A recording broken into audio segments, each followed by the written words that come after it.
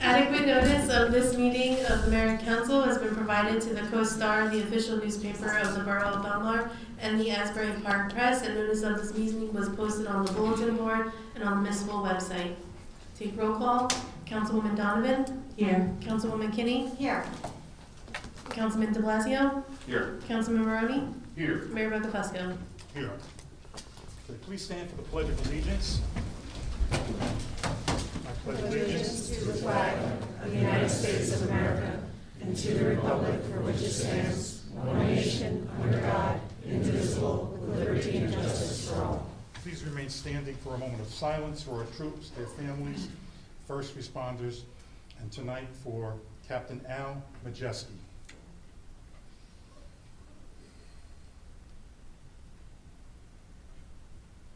Okay, thank you.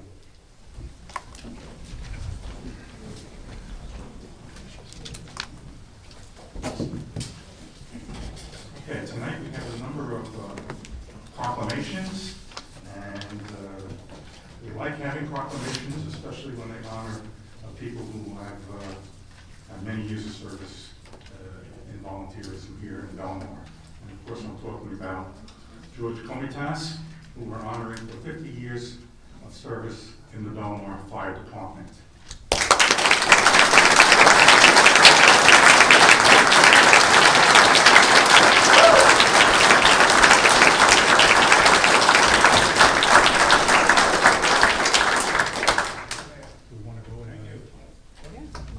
We wanted to present you with a proclamation. So why don't you step up to the microphone and we'll meet you.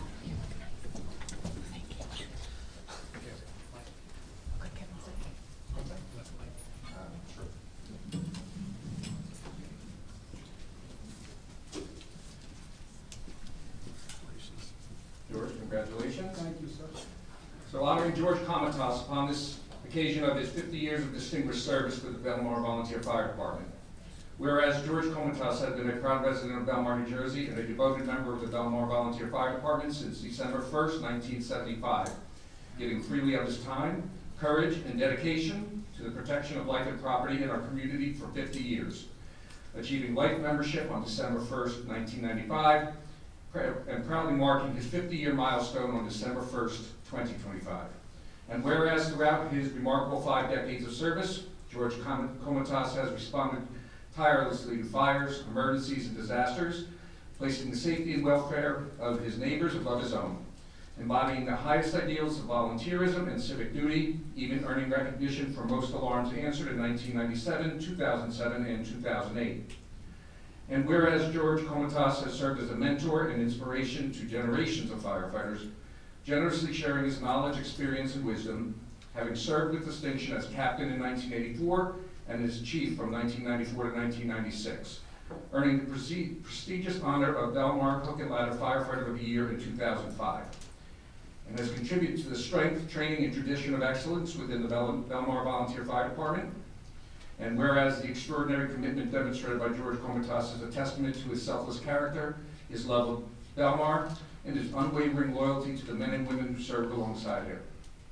And whereas the Mayor and Council of the Borough of Belmar wish to express their deepest gratitude and highest admiration for the life of service George Comitas has dedicated to Belmar. Now therefore be it proclaimed that the Mayor and Council of the Borough of Belmar, on behalf of all residents, do hereby recognize, honor, and celebrate George Comitas for 50 years of outstanding, courageous, and selfless service to the Belmar Volunteer Fire Department, and express a heartfelt appreciation and admiration of this entire borough for his extraordinary dedication and sacrifice.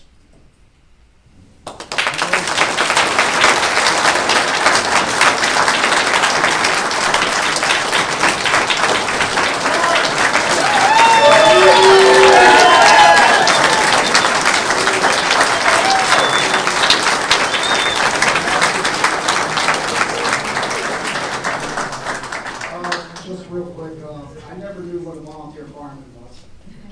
We lived on top of 1002 Main Street in Belmar, top of the restaurant my parents had. And it was April 20th, 1975. I looked out the window because my room was there. Saw this big glow. It was midnight, so I went out with Mal Jagger Lumber, Stearns Lumber Bar Fire. It's a huge fire, 75% of the place got destroyed.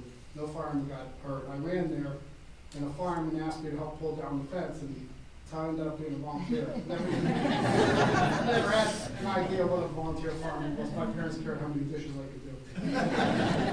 But I'm so proud that my son has joined, and he is a much better fireman than me. And I always felt like I was part of all the fire companies, all 3 fire companies. I have friends in Union, friends at Goodwill, my brother-in-law's in Goodwill. I just love being the fireman carnivals, all the other things we did. First aid, and water rescue. Our police officers are incredible. You can't believe how many calls they answer and how much good things they do. And my boss Billy, he's awesome.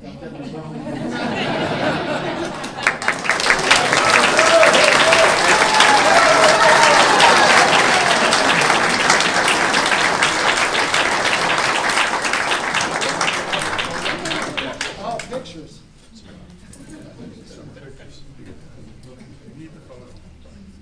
I apologize.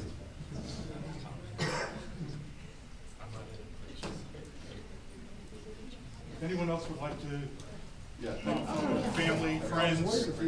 Anyone in uniform? Come on up. Let's get a crowd. Let's get a crowd. Well, let's do one with the family first. Wait. Yeah. Wait. One second. Hey, where's your son now? Where's your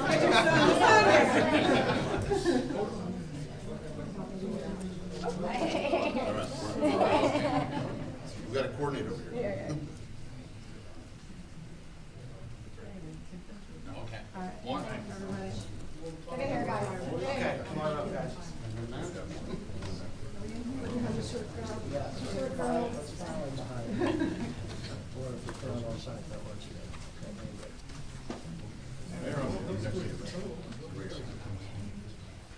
Good luck.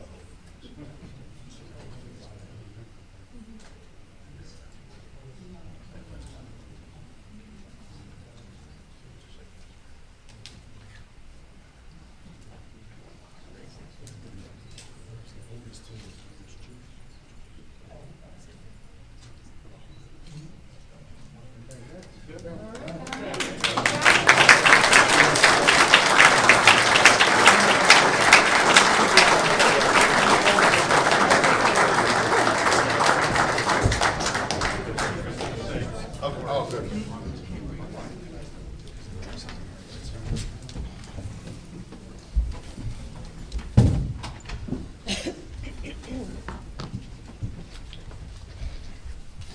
Bear with us, we have 3 other top proclamations this month. We're going to start with the Public Safety Telecommunications Week. Got it? Okay, hold this down. National Public Safety Telecommunications Week is April 12th to 18th, 2026. Whereas emergencies that require police, fire, and emergency medical services can occur at any time, and whereas when an emergency occurs, the prompt response of police officers, firefighters, and paramedics is critical to the protection of life and preservation of property. And whereas the safety of our police officers, firefighters, and EMS is dependent upon the quality and accuracy of information obtained from citizens who contact the Belmar Emergency Communications Center. And whereas public safety telecommunicators are the first and most critical contact our citizens have with emergency services. Whereas public safety telecommunicators are the single vital link for our police officers, firefighters, and paramedics by monitoring their activities by radio, providing them information, and ensuring their safety. And whereas public safety telecommunicators of the Belmar have contributed substantially to the apprehension of criminals, suppression of fires, and treatment of patients. And whereas each dispatcher has exhibited compassion, understanding, and professionalism during their performance of the job in the past year. Now, therefore, the Mayor and Council of Belmar hereby declare the week of April 12th through 18th, 2026 to be National Public Safety Telecommunicators Week in Belmar in honor of the men and women whose diligence and professionalism keep our city and citizens safe. Okay, thank you, Councilman. We have 2 more left. The next one is for Arbor Day. Thank you so much. Arbor Day 2026. Whereas in 1872, J. Sterling Morton proposed to the Nebraska Board of Agriculture that a special day be set aside for planting of trees. And whereas this holiday is called Arbor Day, was first observed with the planting of more than 1 million trees in Nebraska. And whereas Arbor Day is now observed throughout the nation and the world. And whereas trees can reduce the erosion of our precious topsoil by wind and water, cutting heating and cooling costs, moderate the temperature, clean the air, produce life-giving oxygen, and provide habitats for wildlife. And whereas trees are a renewable source, giving us paper, wood for our homes, fuel for our fires, and countless other wood products. And whereas trees in our town increase property values, enhance the economic vitality of business areas, and beautify our community. And whereas trees, wherever they are planted, are a source of joy and spiritual renewal. Now, therefore, the Mayor and Council of the Borough of Belmar do hereby proclaim April 24th, 2026 as Arbor Day in the Borough of Belmar. And the Mayor and Council hereby urge all citizens to celebrate Arbor Day and support efforts to protect our trees and woodlands, and to plant trees to gladden the heart and promote the well-being of future generations. Thank you, Council President. And next up, we have Child Abuse Prevention Month. Councilwoman Donovan is going to read that for us. April is Child Abuse Prevention Month. Whereas we all have a responsibility as individuals, neighbors, community members, and citizens of the Borough of Belmar to help create healthy, nurturing, and safe experiences. And whereas healthy and safe childhoods help produce confident and successful adults. And whereas child abuse and neglect often occur when people find themselves in stressful situations without community resources and don't know how to cope. And whereas incidences of child abuse and neglect can be reduced by making sure all families have the support they need and deserve to raise their children in a healthy environment. And whereas court-appointed special advocates, or CASA, is authorized by state statute and federal law to help the child and child welfare systems make best interest decisions on behalf of children removed from home because of their abuse or neglect. And whereas CASA volunteer advocates in Belmar help to ensure that abused and neglected children who are placed in foster care and other out-of-home placements are safe and receive the services they need to achieve well-being. And whereas CASA advocates reduce the number of moves between placements, help shorten the overall time a child remains in placement, and serve as a consistent person in that child's life until that child achieves permanency in a safe home with a loving family. Now therefore, the Mayor and Council of the Borough of Belmar do hereby proclaim April 2026 as Child Abuse Prevention Month and urge all citizens to support the CASA network across New Jersey as it strengthens families and helps children learn, grow, and thrive. Thank you, Councilwoman. We're now going to take something out of order, but this is an important resolution that we're passing tonight, and it's number 2026-73, the resolution appointing Joseph Clayton Sergeant of the Belmar Police Department. So, April, we need to take a vote on that. Yes. Could I have a motion to adopt the resolution? Motion. Second. Okay. Councilwoman Donovan? Yes. Councilwoman Kinney? Yes. Councilman de Blasio? Yes. Councilman Maroney? Yes. Mayor Buckafusco? Yes. And now, our Chief Scott is going to say a few words. Good evening, everybody. I don't really need this, but good evening. I just realized as we were waiting to do this promotion, I actually did Joseph's background when he first started here, so it's a pleasure to be able to make this promotion. Joseph Clayton was raised in Toms River and developed a strong aspiration to pursue a career in law enforcement. Following in his father's footsteps, who retired as a captain from the Lakewood Police Department. In 2007, Joseph began his career as a Class 1 police officer here in Belmar.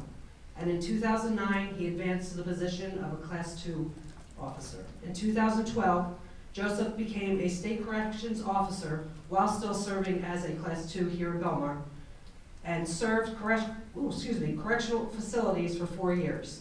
During that period, he relocated to Belmar, where he was later appointed as a full-time police officer in 2016. Joseph has been married to his wife Kristen for over 10 years and have an amazing 7-year-old daughter, Harper. Thank you. And would Sergeant Clayton please come up? Counsel, are you swearing him in?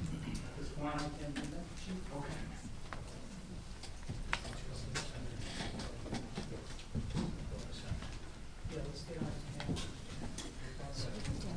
Family photo time? We don't want to be in the background. Yeah. We don't want to be in the background.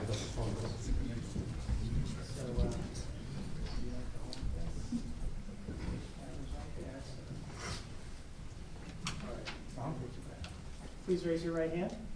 Repeat after me. I, Joseph Clayton, I, Joseph Clayton, do solemnly swear do solemnly swear that I will support the Constitution of the United States that I will support the Constitution of the United States and the Constitution of the State of New Jersey, and the Constitution of the State of New Jersey, and that I will bear true faith and that I will bear true faith and allegiance to the same and allegiance to the same, and to the governments and to the governments established in the United States established in the United States and in this state and in this state, under the authority of the people, under the authority of the people, and that I will faithfully, and that I will faithfully, impartially, impartially, and justly perform and justly perform all the duties all the duties as sergeant as Sergeant for the Borough of Belmar Police Department for the Borough of Belmar Police Department to the best of my ability, to the best of my ability, so help me God. so help me God. Congratulations.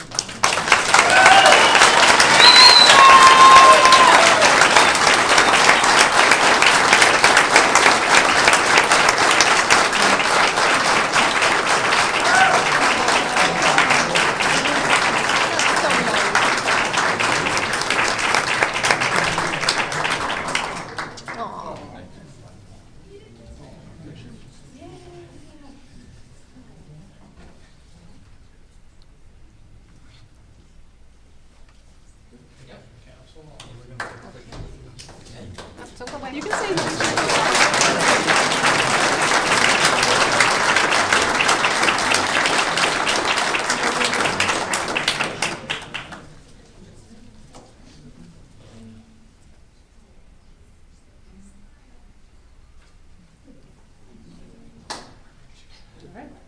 all right.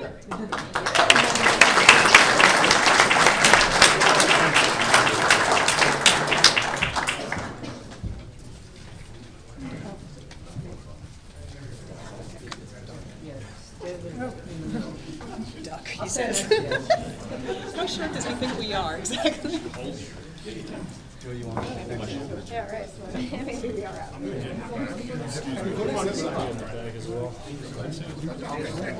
Wait for someone to make that joke.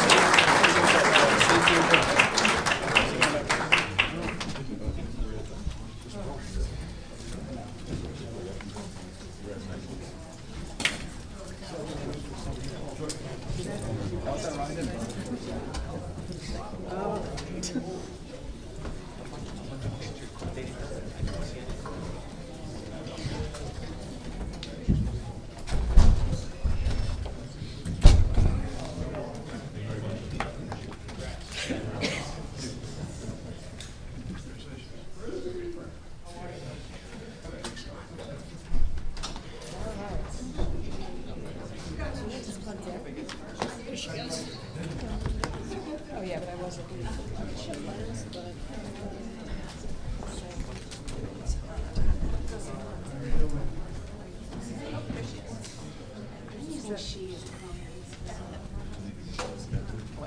Okay, we are going to proceed with our workshop discussion, and the first item is the Environmental Commission report.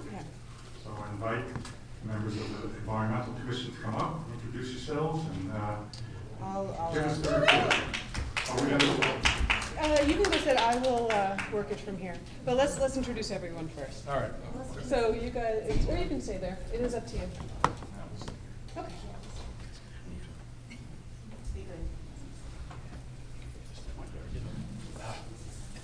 There we go. So, good evening, everybody. I'm Diane Valou, I'm the chair of the Environmental Commission. Here with us tonight is Ed Lippincott, Gary Henninger, Donna Padovano, three great members of our commission. We also have several other members that weren't able to attend, Angie Schiavone, Fred Thierman, and Matt DeAngelis. So I thank them all for the volunteer hours that they contribute to the community. The Environmental Commission is appointed to advise the municipality. So, oh, wait, I'm sorry, our liaison as well, Caitlin Donovan. And Peggy. So these are the three things we've been working on over the past year. Restoration and maintenance of all the green spaces. We have an environmental resource inventory that's posted on the borough website that lists all the different environmental wonderful aspects of Belmar. Environmental education and actions and funding sources. So we spend a lot of time trying to supplement what's available from the taxpayers in a small community like ours to see if there are other places we can get resources to help us make some of the positive things that we'd like to encourage the borough to make. Under restoration and maintenance of green spaces, we conduct cleanups. That was a picture there from our cleanup at Silver Lake. Our next cleanup is going to be at First Avenue Beach. Over the past year, we spent a lot of time trying to really assess Silver Lake, the condition of the lake, what kind of data is available from the scientific community in our area, looking to see what kind of supports are available. We were able, through our representative, Congressman Smith, to get the U.S. Army Corps to dedicate themselves to coming here to help us plan for our lake restoration. We also hosted Senator Kim and some other local town officials from the surrounding communities, because we have a lake, but so does Silver Lake, so does Bradley, so does Avon. We all have similar, so does Asbury. We all have similar challenges in maintaining our lakes. And we have the video here. I will say, for those of you who hang on my every word, the beginning is muted. What I say is our coastal lakes are in crisis. I should also say, and I want to point out to this because they're being modest, that all of these accomplishments that you see here are part of a deliberate strategic plan that we started 2 years ago, thinking about not only what we want to accomplish and how much it would cost, but who are the partners we would need to bring in. Oh no. Yeah, so there you go. Belmar, New Jersey Councilwoman Caitlin Donovan says the 16 lakes in Monmouth and Ocean counties are overflowing with issues like poor water quality and invasive plant life. We have a book. Sunday, other local leaders and U.S. Senator Andy Kim from New Jersey joined Donovan on a trolley to tour 5 of the damaged lakes. They say one of the biggest problems is flooding. The lakes are becoming too shallow, so some of the plant life dies and becomes nestled onto that lake bed. It's a really big problem because those lakes can't hold stormwater and it affects all of our residents. They say Wesley Lake just flooded on July 1st. And it flooded businesses. The bigger hall, if you're familiar with Asbury Park, that was flooded. But Superstorm Sandy brought some of the worst of it. Belmar resident Kristen Sperber says her home was almost submerged. When the storm surge hit, our town was under about 5 feet of water. Our house sat in the seawater for 5 days, eating the foundation. Now, every town has a restoration plan, but it costs millions. That's where Senator Kim comes in. It's unbelievably helpful to be able to see this with my own eyes. Reminding constituents this matter goes beyond the Jersey Shore. So this cannot be a situation where we're thinking, I don't have that problem, I shouldn't have to pay for it. Disasters are happening everywhere. And so his message to the Trump administration is simple. Do not abolish FEMA. Nature doesn't care if you're a Democrat or a Republican. We need to make sure we're ready for the disasters ahead.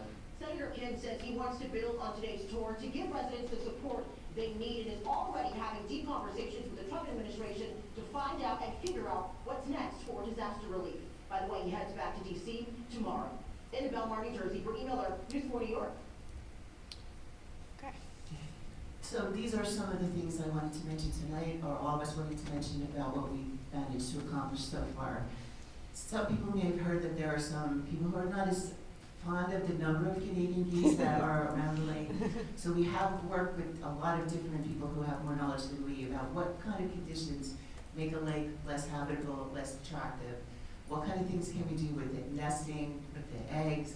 So several of our members have volunteered their time to patrol, to check out, to try different things. We have reduced the geese population. There are only, on our count, about 16 geese who live at the lake. There are migratory birds that come in and out. There are only 16 Belmar bound geese at the lake. We work with the Department of Public Works, who I want to thank over and over again for all their flexibility and appreciates all of the things that they do. But they also work with us on walking the border of the lake to make sure that we had what was considered to be not attracted to the geese, but also attracted to the community in the most ecologically positive kind of environment that we can have over there. So we continue to have conversations about that. We'll continue to do that. We have been monitoring the water quality. Several of our members go and sample the water, and they share that water, the results with CLONET, which is the Coastal Lake Organization at Monmouth University, where they have a database that goes back years on our lake, so they can see changes over time to the water quality. We've been working with the U.S. Army Corps for a planning grant that is continuing on for another couple of months, and they will be giving the borough several options to consider for the future of the lake. We've also been working with the DEP for the monitoring. We have these harmful algae blooms that have occurred the last couple of warm summers that we had, and those are not great things either, so we're working on trying to identify how to minimize that. And finally, we have had several cleanups at Silver Lake and at First Avenue Beach. Public Works is always there to assist and support us in that, and we also have volunteers from the community. And our next cleanup is going to be on May 2nd at First Avenue Beach. We've been working on some kind of educational programs. So I'll just, Patchwork for Wildlife is started by John Gibbons in Lake Como, which is a neighborhood yard recognition program, which we're neighbor to neighbor. We thank people for the positive things they do with their property that are wildlife friendly, that utilize native plants, that are sustainable practices for their land. So we've opened up a chapter here in Belmar. There's also a chapter in Red Bank now, in Point Pleasant and Point Pleasant Beach. So we're all working together. What are the best ways that we can learn more about native plants and about sustainability? We co-sponsor talks on native plants at the Magical Garden, which is our hometown community garden as well. We sponsor speakers. We had a program last spring at the Taylor. We're having another one on April 26th about native plants and sustainable gardening. We've had several joint meetings with the Shade Tree Commission to kind of work together and align their efforts with our efforts, so we're all working together. We try to work hard on our social media presence, our Facebook, our Belmar, thank you Ed Lippincott for that, updating information and try to kind of monitor our users. We've shared information at, we were at the San Gennaro Festival. We try to get out into the community when we can to share information through the public library. We were able to get an energy audit of the public buildings, which even today I believe that they were walking through all the buildings with someone from Public Works to try to evaluate how the borough manages electricity and what kind of practices or things we could do in future, talking about things as small as the light bulbs, things as big as what we do in the yard, but what kinds of things can we do? So the audit is a free service to our community that will give the borough a cost-benefit analysis on different ways to manage their energy use. We were lucky enough to get a grant for the Public Works to purchase some electric landscaping equipment, so we're all looking forward to seeing that in use in town. And we have been working on supporting the Planning Commission, which is the Shark River Coalition, which our councilwoman is a part of that. I don't know if you want to talk about that. We'll get there. Oh, what she's talking about is that we put, as part of the Shark River Coalition, we are working with Wall, Neptune City, Neptune Township, and Avon to, first we wrote a grant and we were awarded a grant of which Belmar has a specific amount earmarked. I think the total grant was over $250,000 in coordination with Monmouth County as a planning grant for Shark River and restoration and resiliency projects. Obviously, then the next step would be to try to get money to implement it. But this was really notable. This was the group that 20 years ago formed and was able to do that dredging 20 years ago. And having all of those partners at the table is critical for that success. Okay. This is the big one. So, as I mentioned before, we realized that our town has only so much money available for big planning and restoration efforts, so we have been working really hard to advocate to the government wherever we can, however we can, and using our grant writers' resources as well, but our local representatives, the county commissioner's office, Congressman Smith's office, his staff. We have really tried to advocate for Belmar on your behalf, because there's big things that we could do if we just had the resources. So this year, we were really, Congressman Smith directly got us the U.S. Army Corps of Engineers planning grant, which is a value of $230,000 to the borough, and that we're involved in. We're about 8 months through the planning process with the Army Corps. And they are very knowledgeable about coastal engineering, so they really are the best place for us to get feedback on what our thoughts are and what they feel needs to be done. Secondly, we submitted a $5.5 million community project funding request through Congressman Smith's office, which is a part of the federal budget process, and they were able to get approved for Belmar $1 million towards Silver Lake. So we're like really excited about that. And I have to thank Gary Henninger, because he really was instrumental in the lobbying effort, working with the Congressman's office to try to get that heard. Because there's a lot of things that could be advocated for in Monmouth County, but Belmar was able to get something really special. So we're really excited about that. We were awarded several grants. We have a green team grant. We're awarded $10,000 grant, which paid for the electric landscaping equipment. We were able to get some funding from some other funding sources to try to work with the Army Corps plan, because once the plan is created, then there's an implementation cost that we have to start to work on. The borough was also able to get a $280,000 county grant, which is going to replace the trail around Silver Lake, where we have, the kids are running track, and we have everybody's walking their dogs, and try to make it a more sustainable trail with more pervious kinds of materials. So we would like to thank the borough for supporting our recommendations, because we can only recommend. The borough has the authority to make decisions. So thank you to all of you out there. I want to thank Public Works. I want to thank the police department. I want to thank Kevin Kane, everybody who's been, also Lorraine is here, the CFO. Everybody's been very gracious with their time, because we sometimes come in with our ideas, and they do represent extra time and work from the borough staff and the borough representatives. So thank you to everyone here for all of that. Thank you.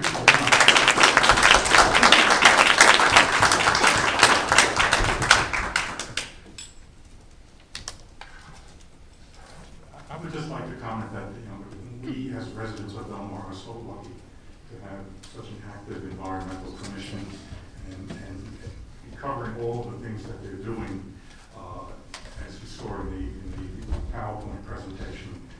It's not an easy work. It doesn't show immediate results. It's long-term planning. But I think, again, we're fortunate to have a group of people who are looking well into the future. And, two of my areas which I would, store up there is one of them is, the sustainable planting, the native plantings. I think many of us go to, Home Depot and all those places, and we buy all the plants, and none of them are really native plants. But, it helps when you plant native plants, and, it's more consistent with the environment. I was actually just watching something yesterday where they tied in the use of native plants and the health and the growth of caterpillars. And they had moths and bees, and you'll be amazed at how many bees and moths and butterflies rely on certain plants to grow. And and it's very specific. I don't want to go into the whole thing, but there are certain categories of butterflies that feed off of or get their nectar from certain plants. They can't get it from another plant. And there's this professor from Delaware University who has this all mapped out. Doug Tallamy. Was that? Doug Tallamy. Yes. And I was just watching this yesterday, and the same thing with bees. And it's very important that if we want to keep those, the birds, if we want to keep those insects and birds and animal life in our community, then we need to plant the right plants to allow them to grow. or else they're not going to be able to grow. Another one of my things I know which will not go over well is a lot of the condition of the lake is due to runoff. And many of us, have landscapers, and many of us throw all kinds of chemicals on our grass. And when that rains and you water your grass, all those chemicals go into the street, and they wind up going into, for the most part, if you're in the northern end of town, they're going into Silver Lake. And that's, those are fertilizers. So, if there's algae in the lake, algae's a plant. They love it. Nitrogen, they grow. So, I would like, I know we're not going to convince people not to have lawns, but, that's another trend that we could try to start, and that, not everybody needs to have a huge lawn. Maybe you can convert part of your lawn to some other use, plant some other things. It's not going to look pretty, but it is, again, helpful, I think, in the long term to what the Environmental Commission is trying to do in reducing pollution that we're all, guilty of adding to when we fertilize our grass and plants and all that kind of stuff. So, again, keep up the good work. I think it's an educational process to let everybody know, not what you're doing, but what we can do, in terms of, like I said, the thing with the bees and the moths and the butterflies and all that stuff, I didn't know that. I'm a biology major, and I never really put two and two together. But, as you said, the professor did it, and, it's really important, or else we're going to lose all those populations. So I talked enough. Well, if you're thinking about lawns, everyone, I will also tell you anecdotally that if any of you are worried about geese on your lawn, I'm told that powdered grape Kool-Aid will work. Get rid of them? Yes. Powdered grape Kool-Aid? Don't know what that will do to your ant population, but always a thought. I also think, I think it's really important that the commissions and the committee and the borough itself try to collectively kind of give a year-end report. And so that was what that presentation and the Harbor Commission presentation was intended to be. That being said, the one thing that's not on there is what we're doing looking forward. In addition to carrying all that work over, other things we're doing, Angie Giovanni's working on an Environmental Commission website that will have all this at your fingertips. That's exciting. We are starting to add to the workload of McCleary Park, and already DPW has been wonderful with assisting with that, getting spray paint, other kind of easy fixes, for me to say since I'm not the one scraping it, for our neighbors over there. And we are looking into noise pollution and how we can address that for everyone in Belmar. So we're looking forward to addressing all these issues and keeping you all informed. If you have any questions, please don't hesitate to reach out to me, to Diane, to anyone here at the Environmental Commission. They are all incredible experts in what they do, so engaged, and we would be happy to talk anytime. Thank you. Any other comments? If not, we'll stay on workshop. Any other issues the council would like to discuss at this point? I think we have some updates from our engineer from the road paving. I know, Mr. Orris, you had mentioned there, everyone's asking me, so I want to ask you, if you could update us on that and the 16th Ave bathroom, some progress there. Okay, for those of you who don't know, this is Jim Orris, our borough engineer. Excuse me. Good evening, everyone. Again, Jim Orris with Remington Vernick Engineers. So with regards to the Fifth Avenue paving, the contractor has completed the concrete work, and the schedule is for him to start possibly as early as April 20th, but no later than April 27th, and they should be done within that work week. So that project is moving forward. The pilings are going to restart on the equipment showing up tomorrow. They're going to start driving piles on Thursday. I would say there'll be 3 days of pile driving left. I think they have about 65 piles left or so. They're about halfway done. So that's good news. We're going to get that project back on track.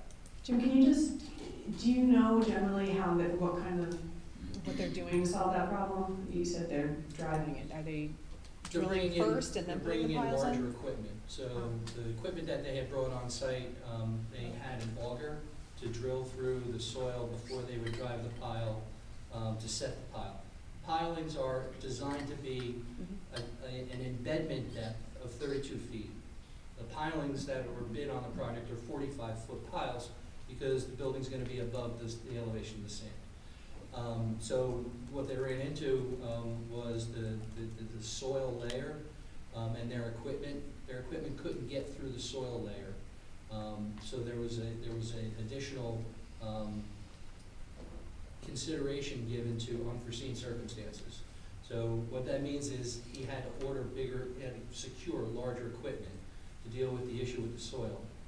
That took some time to go through the process to identify the unforeseen condition and then to get the equipment. It's been more than a week since we agreed that they should bring in the larger equipment. We've been an advocate for that the entire time, but again, this was considered an unforeseen condition, so that we had to go through this process. And plan for the bathroom itself, since this project's not gonna be ready for the summer, a couple of places. What is the township's plan with that? So the 16th Avenue trailer, we've been working with, very closely with Public Works. There was a meeting with the county because the boardwalk is actually the limit of the county right of way. So what we're gonna apply for is we're gonna send in a permit application to the county, to the road opening division, to place the trailer, the temporary trailer, parallel to the boardwalk for the summer season so that we can have restrooms at that location. And we're working with Public Works on the placement of that trailer. And of course, we'll have to tie it in sanitary sewer and the water supplies are there. So we have a plan. We're getting moving on that plan for that location. When you told me about that plan, I immediately thought of I hate to bring it up, but the 3rd Avenue bathroom, which is non-existent at this point, but potentially that would be a solution to that problem probably next year if we have a trailer to put, people will see what it looks like on 16th this year, and I think there is probably an option to do that on 3rd Avenue because it's not involving the DEP, it's not involving anything on the sand, Right. So it's just a matter of working through the the logistics, I guess, of the county to do that. So there is light at the end of the 3rd Avenue bathroom tunnel. So, so to say. Only if you don't keep the door closed. How many parking spaces will it take up, do you know? So at 16th Avenue, it looks like it would be 3 parking spaces because the trailer is larger than the grass island that's there. So that's something that we're gonna look to we're trying to not impact the parking spaces, but it looks like it's probably gonna be about 3 parking spaces. But not any of the handicapped ones? Not any of the ADA spaces, no. ADA spaces, excuse me. And then, we. Yeah, 3rd Avenue, I had inquired the same idea that the mayor come in, we met last week. 3rd Avenue, we kind of came up with a spot that actually would be on sidewalk without taking up any parking spaces at all. That's good too. Right, so. Question, can we continue building during the summer or is DEP, I don't remember if we had that conversation. Are they stopping us from doing anything because of the beach season, any of their regulations? So most of your environmental regulations are on the north end of the beach.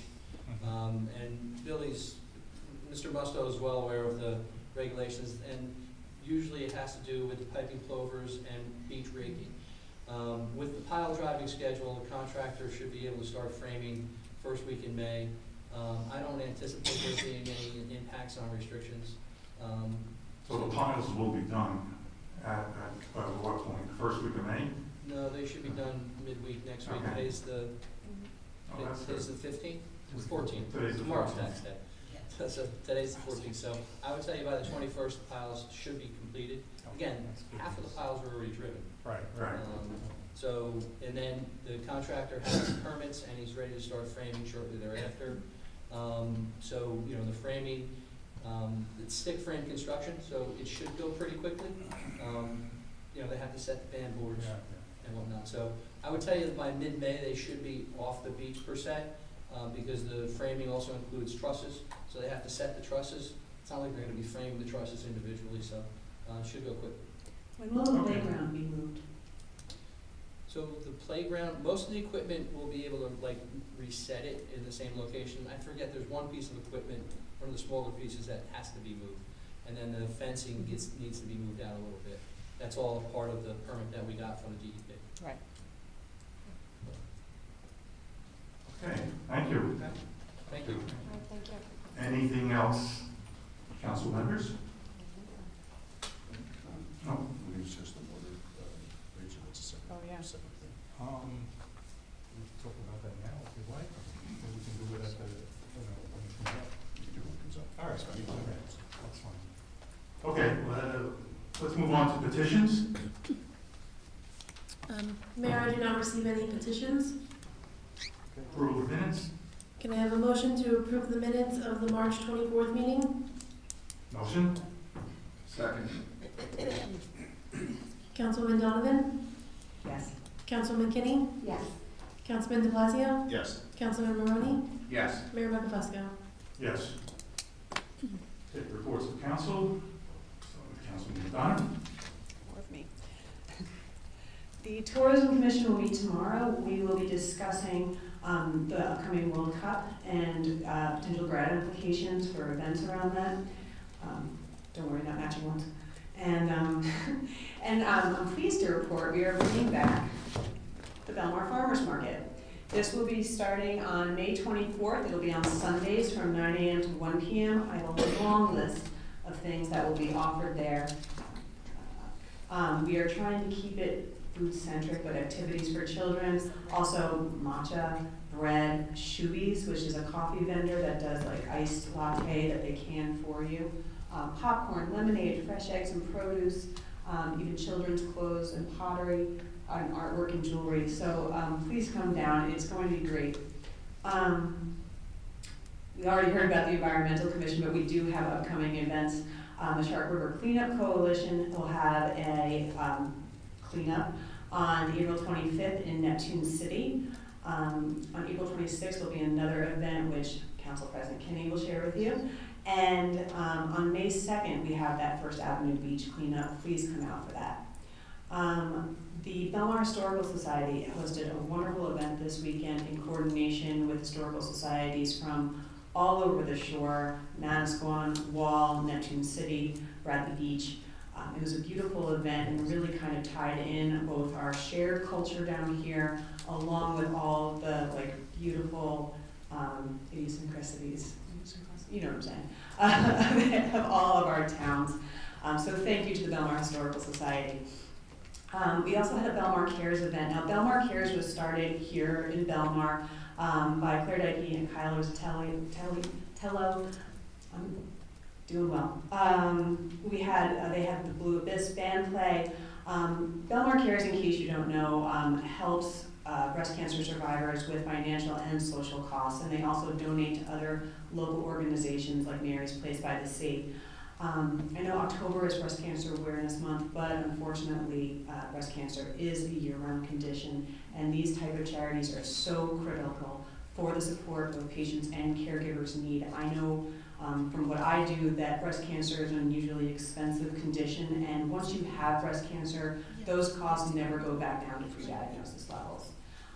And that is something that I know only gets augmented by the fact that women are often the primary caregivers for their children, for their parents, and so that type of social support too is so critical. So thank you to Belmar Cares. And finally, a Verizon update. Belmar will be hosting a meeting with the FCC in coordination with Spring Lake Heights, Bradley Beach, and Avon. We're going to learn about how the FCC views its current regulations on 5G and telecom and what they are forecasting for the future and any changes they may make. So we will update you on that after that meeting on Thursday. Thank you. Council President Kinney. Okay, thank you, Mayor. Believe it or not, this is the first meeting we've had since the parade. So what a great parade we had, right? It wound up being nice weather, a little chilly, a little windy, but all in all, it seems to be pretty well attended. And again, thank you so much to the police department, EMS, fire department, of course DPW, our wonderful parade committee for a really, really outstanding, even though postponed, great delayed parade, right? There's that.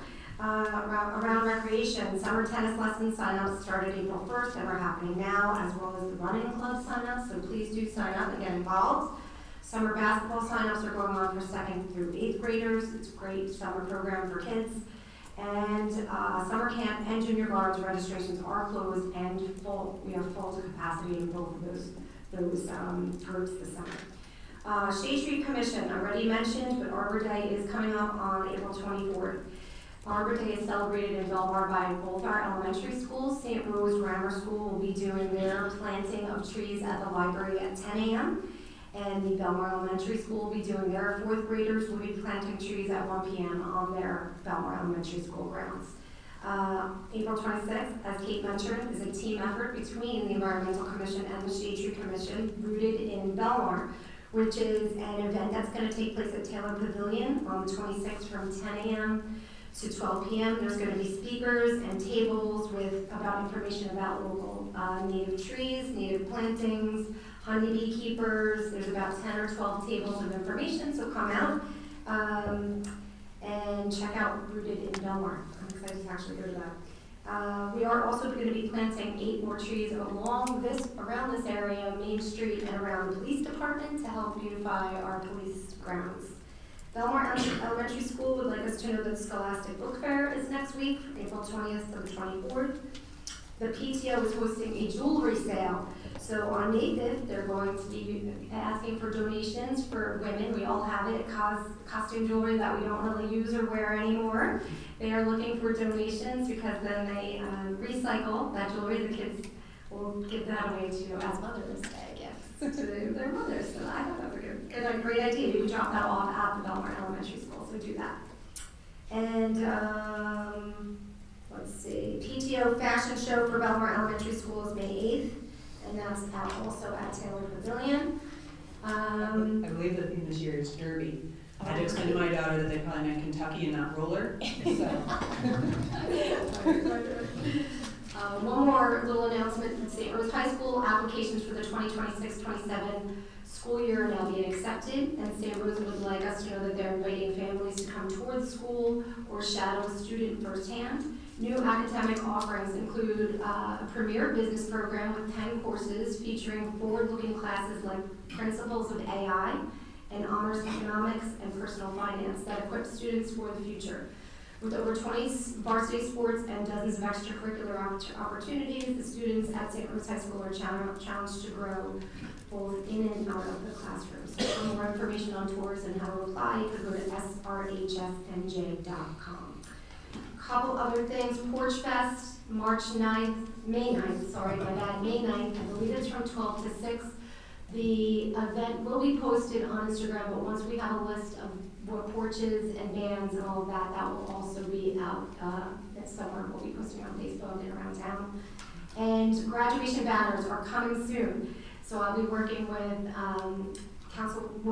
previous Councilwoman Maria Ronzanero and our tourism, Jenna and tourism to get information about seniors, high school seniors in both Lake Como and in Belmar so that we can get graduation banners on Main Street.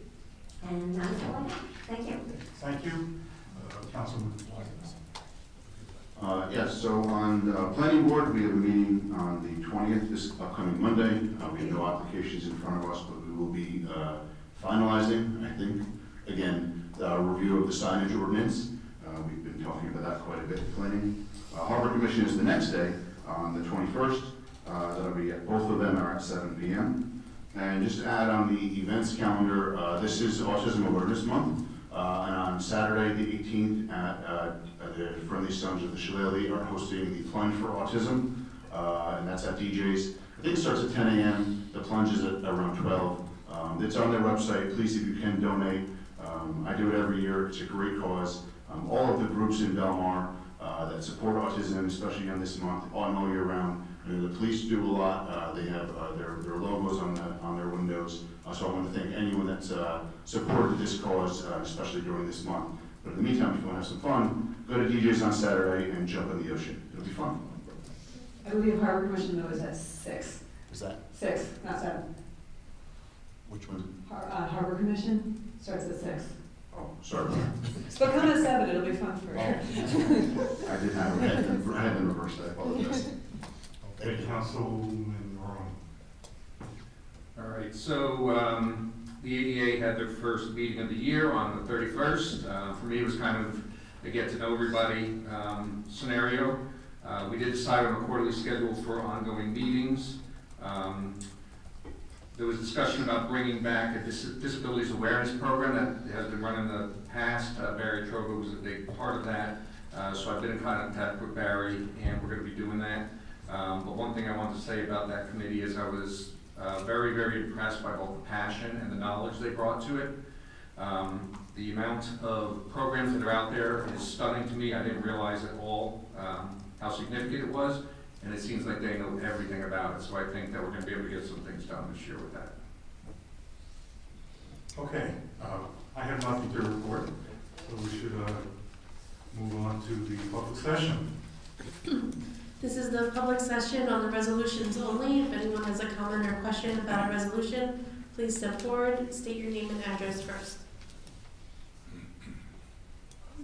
Okay, can I have a motion to close the public session? Motion? Second. Excuse me, we don't have a resolution, but we came to speak. Is this the At the end of time? the meeting, there's a open public session. Okay. Okay, at the very end of the meeting. Thank you. Okay, I had a motion, do I have a second? Second. All in favor? Aye. Can I have a motion to approve the resolutions as listed on consent agenda number 1? Motion? Second. Councilwoman Donovan? Yes. Councilwoman Kinney? Yes. Councilman de Blasio? Yes. Councilman Barone? Yes. Mayor Buckafusco? Yes. And next we have consent agenda number 2. I believe Councilman de Blasio is going to recuse himself. I will. Okay. Can I have a motion to approve the 2 resolutions on consent agenda number 2? I'll make the motion. Second. Okay. Councilwoman Donovan? Yes. Councilwoman Kinney? Yes.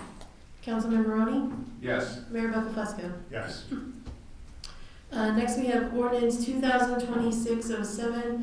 This is an ordinance amending and supplementing Chapter 29, Water Sewer Utility Department, specifically Section 7.1, Water Sewer Rates. Do we have a motion to offer the ordinance for first reading and introduction? Is Lorraine going to talk about But, yeah, I think. Yeah, we'll make the motion Councilman first. Blasio has some comments. I think we need the motion first. Motion first. Do the motion first? Motion. Okay. Second? Second. Did you want a discussion before? Yeah, so just a discussion on 2026-07, and I appreciate our CFO. I think we should vote, since we did the motion. Oh. I think we should vote. It's the first reading. First, second, discussed, and vote. Okay. Kevin is being the parliamentary. Yeah. Oh, sorry. No, that's okay, that's okay. So, it's moved, discussed, and vote. Okay, that's what we did. And this is, the vote today will be to move this to a second reading, correct? It's not approving Correct. anything. No. This will be smooth, okay. So we received 2026-07 today. Has, quite an increase and quite a detailed explanation of our water utility. The calculations, and it's a 10 or 12% increase in our water bill for both our use and also the sprinkler water meter use. And, I'll just say personally, I didn't get a chance to review this. I received it today. I can't confidently say I agree with it or don't agree with it because I haven't understood it yet. So I guess I'm looking for more of an explanation on how we got here and why. I'd like to chime in here as well. It's actually a 13% increase this year after a 12% increase last year. My concern is that we're telling people what we're going to do and not why we're doing it. I think it would be worthwhile to either put this aside until the auditor or somebody could come and explain why it's necessary and what the cost increases represent before we take a vote on it. There is a May 6th implementation, is that correct? May 6th? Yes, that's correct. May 6th? Yes. Okay. And what happens if we haven't reached a decision at that point? The bottom line is that the water sewer utility is not bringing in enough revenue. The problem that we've had the last 2 years is that neither last year nor this year will give us a full year of revenue in order to offset the operating expenses. So we have basically used as much surplus as possible. We don't have a lot of latitude in using additional revenue in appropriating additional revenue, and we certainly don't have a lot of latitude in some of the fixed costs that are required for operating the water sewer utility. So that's the reason why the ordinance is presented, and I apologize for the late notice to you, but it requires us to provide certain substantiation to the Division of Local Government Services in conjunction with the introduction of the budget. And in order to prepare that, we had a consultant do that just to confirm that the information is correct. And what we're doing is appropriating realistically based on the rate schedule that we have in place. That's proposed, I should say. So this increases about just meeting the expected expenses, and there's nothing in here about infrastructure that's going to improve that at all, or? Not currently, no. We have major infrastructure based on the requirements of the Water Quality Accountability Act.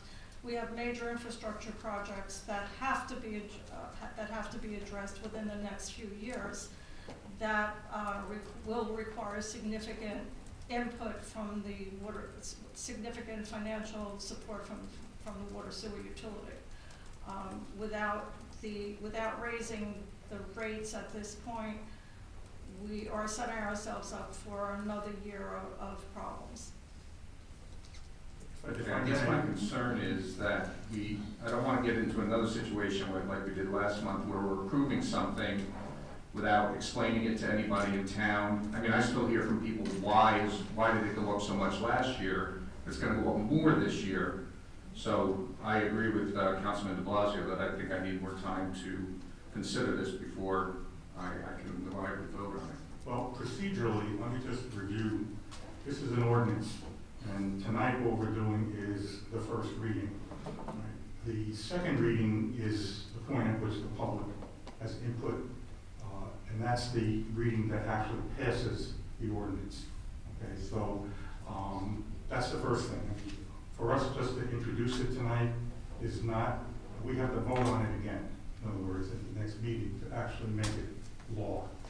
So I would suggest that we approve it tonight, and then questions and what have you can be answered, between now and the next meeting or at the next meeting. Okay. Now, to kind of give the public an idea of what our chief financial officer was referring to in plain English, the utility is what we call supposed to be a self-liquidated entity. It has its own budget, it takes its own revenue, has its own expenses, okay, and it's supposed to pay for itself. Well, it's not paying for itself, okay, and when the utility doesn't pay for itself, the borough has to pay for it. In other words, the money that is short in the utility budget comes out of the borough's general fund. Okay, so to make that not happen, because ideally the users of the utility should be paying for the water and sewer. This is not just water now, remember. This is water and sewer. So what we are trying to do, revenue has pretty much stayed constant because it's water and it's, and that's where we're getting our revenue from. All the ratepayers, everybody who has a house and pays a water bill, that's the revenue. Doesn't change that much from year to year to year. What changes are the expenses, okay, what we call the appropriations. So every year, expenses are going up. And you might say, well, why are they going up? Well, number one, there are fixed costs that we have. We have salaries. Salaries have budgeted increases in them. So that's part of an increase. We have, I'm told, chemicals that are used in the treatment of the water that we have to purchase. Apparently the cost of those chemicals have gone up dramatically. We have health costs for employees, that has gone up. And did I miss anything?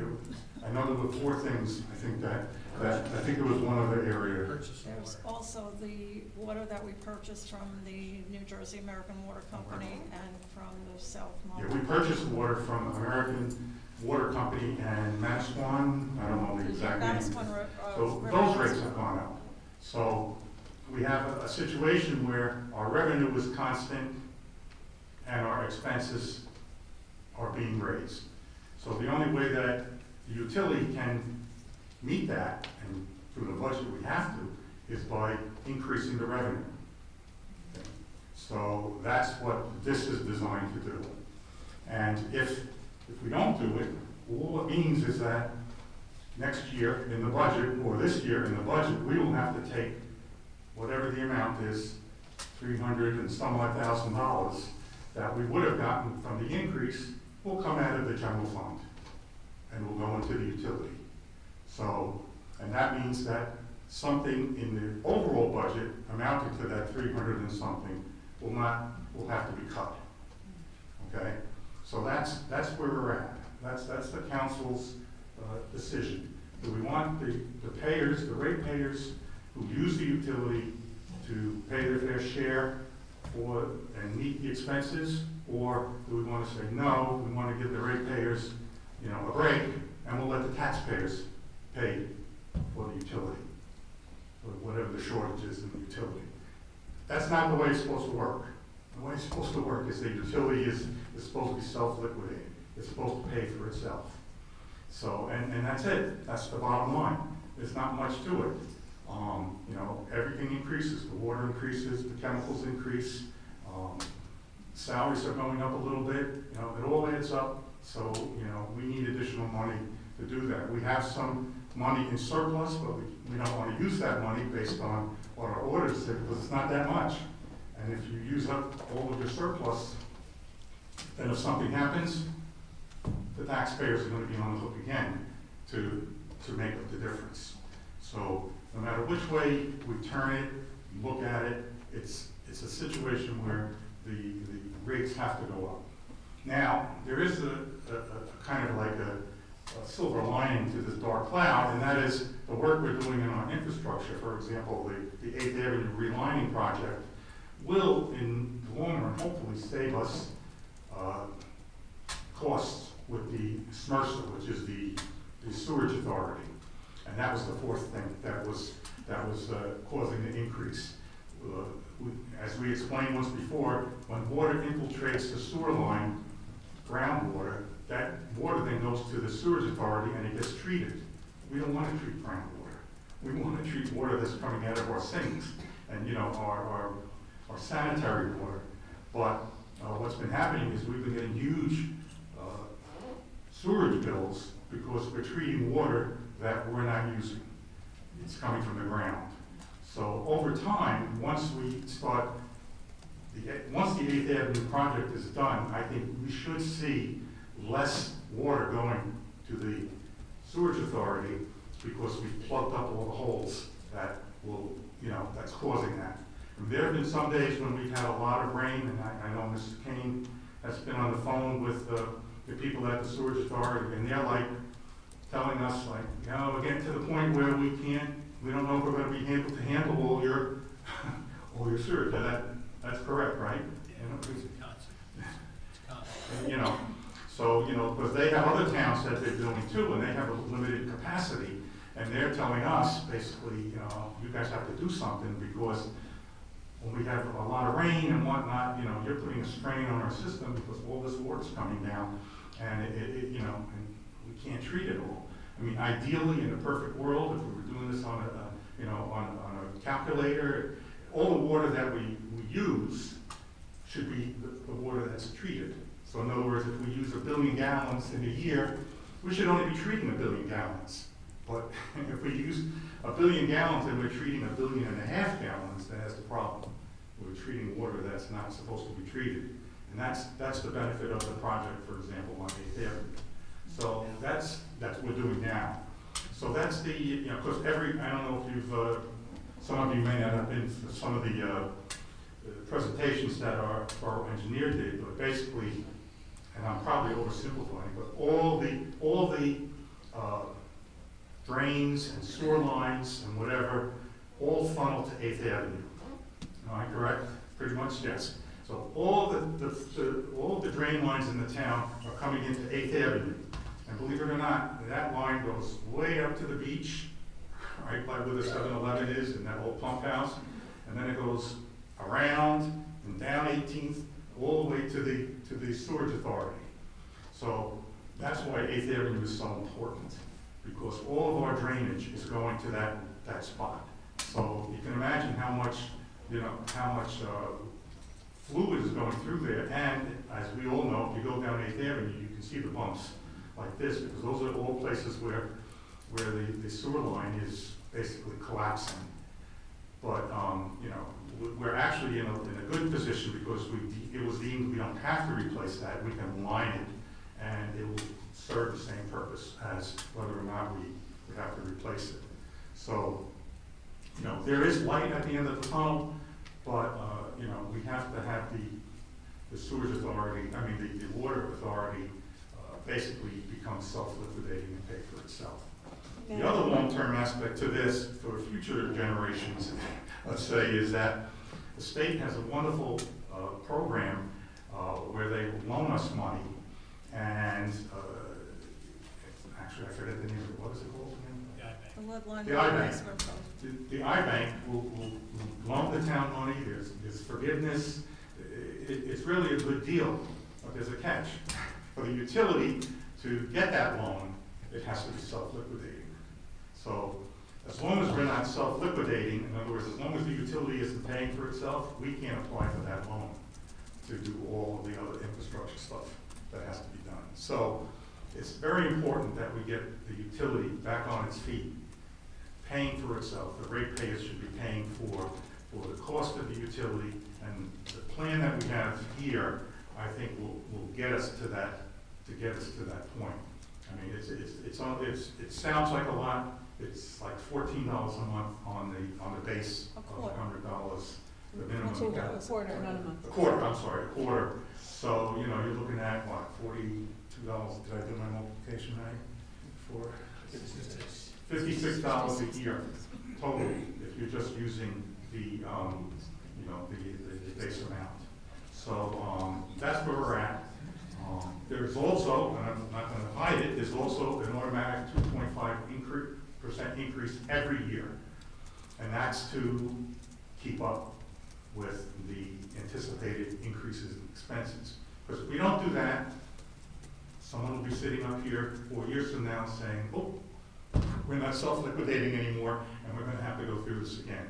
So, you know, we have to plan for regular increases so that we can keep up with the expenses. And like I said, though, it could turn out positively if we save a ton of money on our sewage expenses. You know, that might have to be figured in the future, and maybe we'll lower some of the costs. But that's the plain English variety. You know, we have a business. It's the water utility. It's not making enough money. And I know I'm talking too much. But you know, hey, I only have 7 more months to go, so I really need to. As long as you're not I oversimplifying. you know? Can I ask 3 questions though? No, go ahead. 4 actually. Councilman de Blasio mentioned that it was an increase from last year as well. Were the rates raised prior to that regularly? No, the short answer is no, they weren't, which is part of the problem. Okay. And so have the rates been artificially low? I would have to say yes, because we're not self-liquidating and we're not making enough revenue to pay the expenses. Okay. And one final question, because you and I had talked about this. If we don't make these changes with the rates, with our infrastructure, is a likely or possible outcome selling our utility?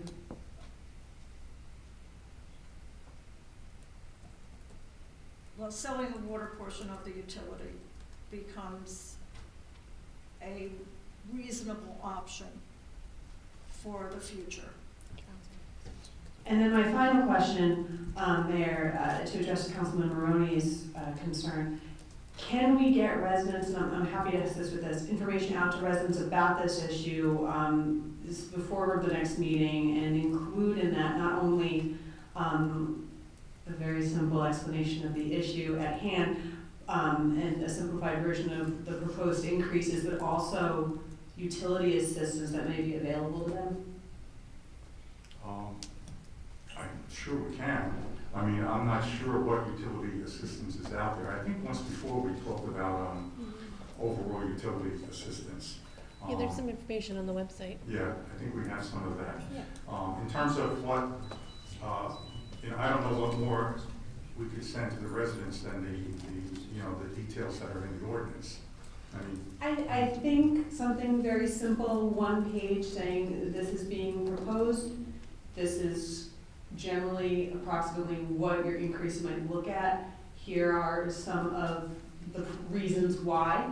If you have questions, you can come to this meeting, and here's possible assistance. You can put that in one page, and then you include links to the full text of everything, because those can be a little bit inaccessible to the general population. I think we can do that and send it out with, use the mailing list from the water bills, basically. That would be great. That's a great idea. I think one, I did just a question, because again, I'm receiving today, and moving forward to discuss it. How much can we dive into this before our next meeting? And maybe there is a change, but then we're not gonna have the same ordinance. For example, the only reason I say that is, I don't know, we have a projected 2026 usage, and it's the same as our 2025 usage. We have 500 units coming to this town. There's gonna be a lot of construction, and they use a lot more water than the current structures that are there. I mean, they're taking down the motor lodge and the other building today, they started. So even during that, they're gonna be using a lot of water. Is more, my long-winded question was, is more usage that is coming to this town going to benefit us, and could it possibly help us reduce the rate in the future? That's a possibility. But the reality is that none of those projects are gonna come online this year, and this year is when we're having a financial problem. So it would be in the borough's best interest, and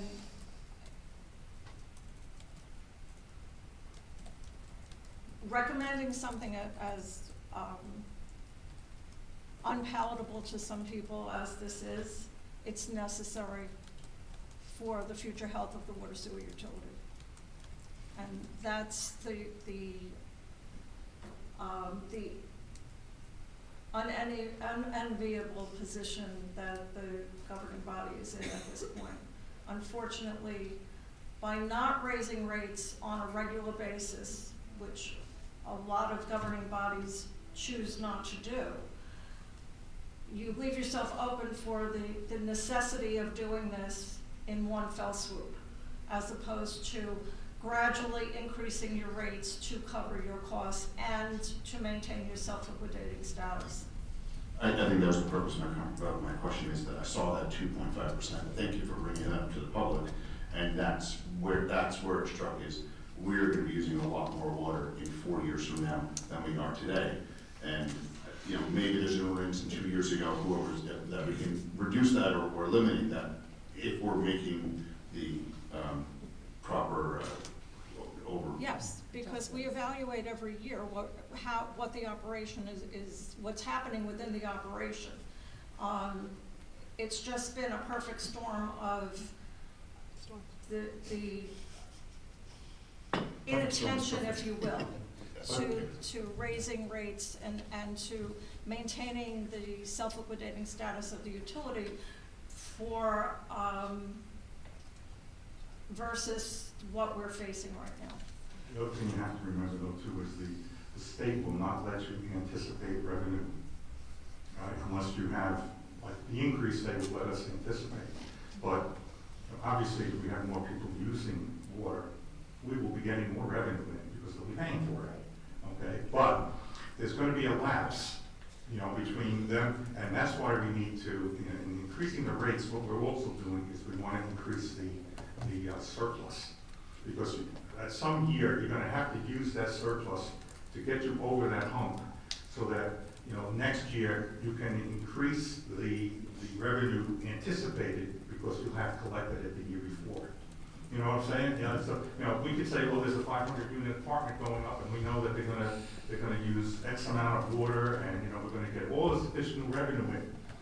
They're not gonna let us put that in on the revenue side. I mean, it'll get collected and it'll show, and then the next year, when they say, oh, wow, you took in $500,000 more, yeah, we can anticipate that revenue now. But, you know, we can't do it in advance. So that's another part of the problem. Build up the surplus so that when we have these little, you know, idiosyncrasies that we need to carry from year to year, we'll have the funds to do that. Right now, we don't have that.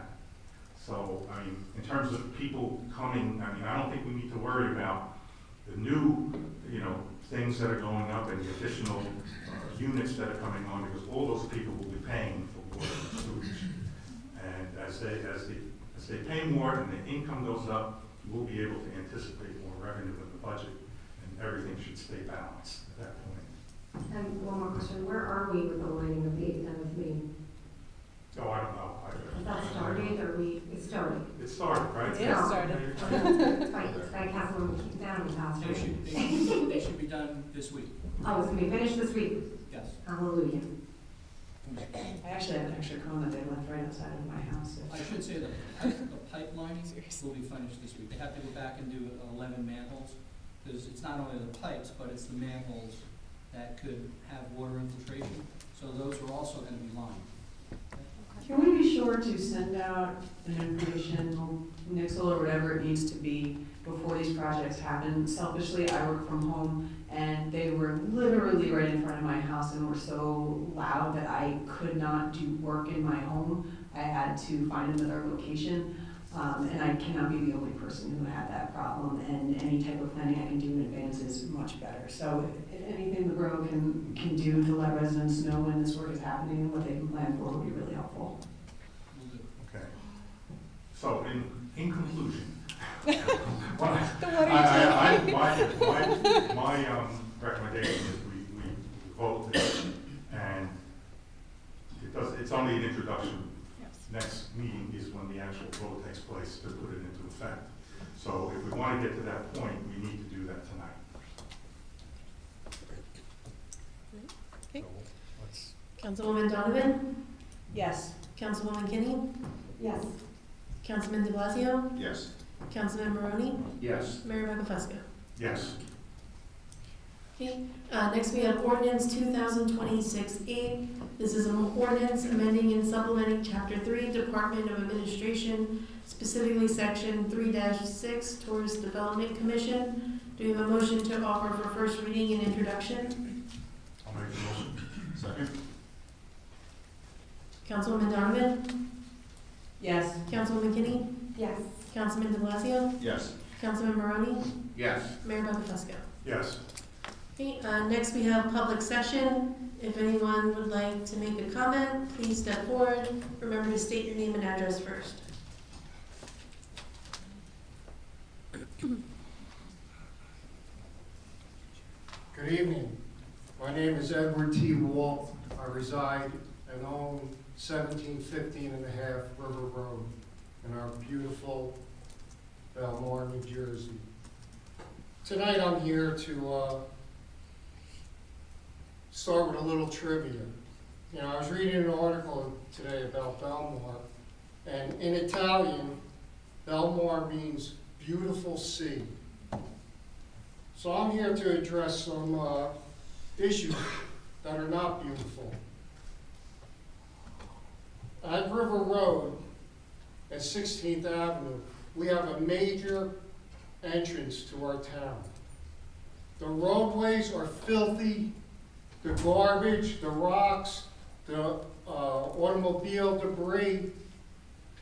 I don't understand why this isn't cleaned up. River Road is a municipal roadway taken care of by our municipality. Also, There's a beautiful island there.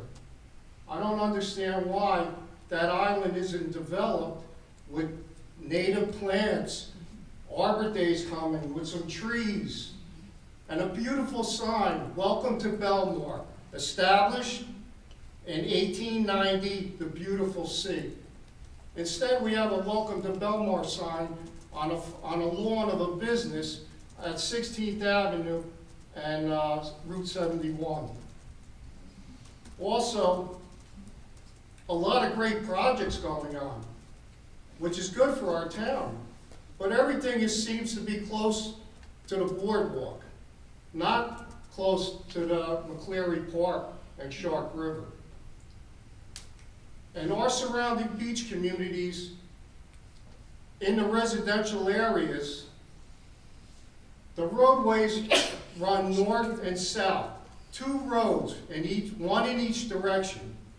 I don't understand why a traffic survey cannot be done to make River Road a 1-lane roadway at 16th, going down to 71, and utilize a bike lane. I'm tired of seeing children riding their bikes in the roadway there. That's dangerous.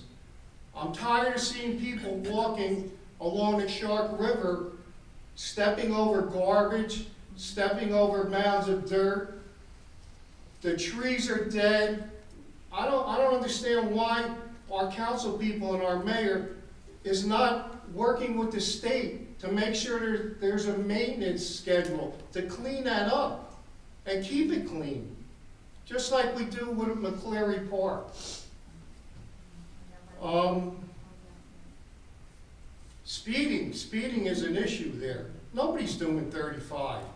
We had our heroes in blue tonight, Chief. Glad to see you. Why can't we utilize our heroes in blue to do radar, reduce this speed? We've had so many accidents involving telephone poles, the curb, street signs, and even a home. One of our neighbors will be speaking. A car went through their house. Thank God they weren't home. River Road definitely needs this. And, also, we're told you call certain numbers. The street lighting is terrible over there. It needs to be modernized. It needs to be repaired. And we need the mayor and the council people to stay on the state to make sure they do that. It's not our job to do that.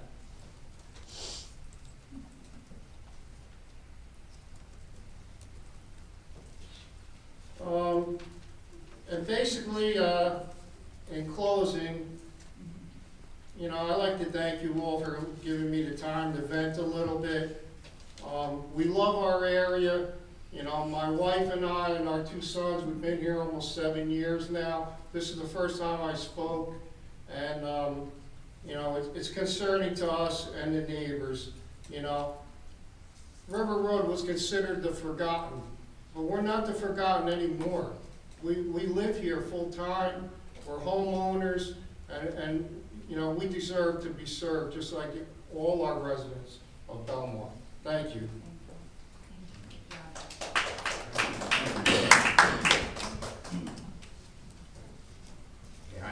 Neil Scheck, 410 4th Avenue. I agree with the previous speaker that we could be doing more to keep our streets clean. And I would be happy to volunteer for any kind of an effort. I think we should have volunteers going up and down every street in town and clean this town up. And I also think that more could be done to address speeding, particularly on Route 35. Why I came today, though, was to remind everyone about the wonderful programs at the Belmar Arts Center right behind us here at 7th Avenue by the railroad tracks. It's been there for over 20 years now, but I'm afraid that many Belmar residents have never been inside the building. And I think anything that the council or anyone here, anyone listening can do to bring attention to the Belmar Arts Center and to attract more people there to become members, although you don't have to be a member to enjoy all the wonderful things there. There are constantly changing exhibits of artwork on walls. There's concerts. There's special interest groups. There's workshops. There's classes. And if you go to the website, belmararts.org, you can learn about everything that is offered. And in particular, I want to promote the playwriting workshop that is scheduled to start on June 1st, which will be at Mondays for 12 weeks at 7 p.m. Playwriting workshop, they had one a few years ago, and I participated, and it was a wonderful thing. It's a lot of fun to write plays, and the coordinator, Lisa Alex, is a very talented playwright, filmmaker out of New York City. I just went to Manhattan the other day to see her latest play, My Ex-Husband's Funeral, which was a really terrific work. I think it's going to move up to bigger venues and be a big hit. So we're really lucky to have Lisa Alex coming to Belmar and offering this playwriting workshop. So I suggest, and you know, anyone who has any writing aspirations to check out the playwriting workshop at belmararts.org. Thank you. Thank you. Thank you. Good evening, Linda Sharkus, 4th Ave. I just want to start by making a few comments about the water bill. We've had significant changes in town. The number of vacant houses have increased. That's because people bought them as second homes. Is there any indication that there's a reduction in usage because these houses that were group rentals are now down to 2 or 4 people as opposed to 10? That's one point. My second question is, as I drive around and walk around town, I was wondering who maintains or oversees these construction projects that are going on, the capital improvements. Well, I can tell you, if they're done through our borough engineer, there's a I wouldn't call him a foreman, there's a construction specialist who's there watching what workers are doing. Okay, so because you mentioned that paving's going to take place soon, but on 5th and C, the wastewater rate is it's like 12 inches down. I've already talked to Mr. Horace about that like last month. That'll Will it be be remedied fixed when they pave the street, correct? Correct. Yeah. It's going to be fixed? Absolutely. It doesn't look like it's a simple fix. Well, they haven't done the street yet. But they're ready to pave. They can increase that by just putting, making it higher. Trust Okay, me, but- it'll be fixed. But with all the construction going on in town, Mike mentioned that demolition requires water. There have been places that have been demolished without water being turned on.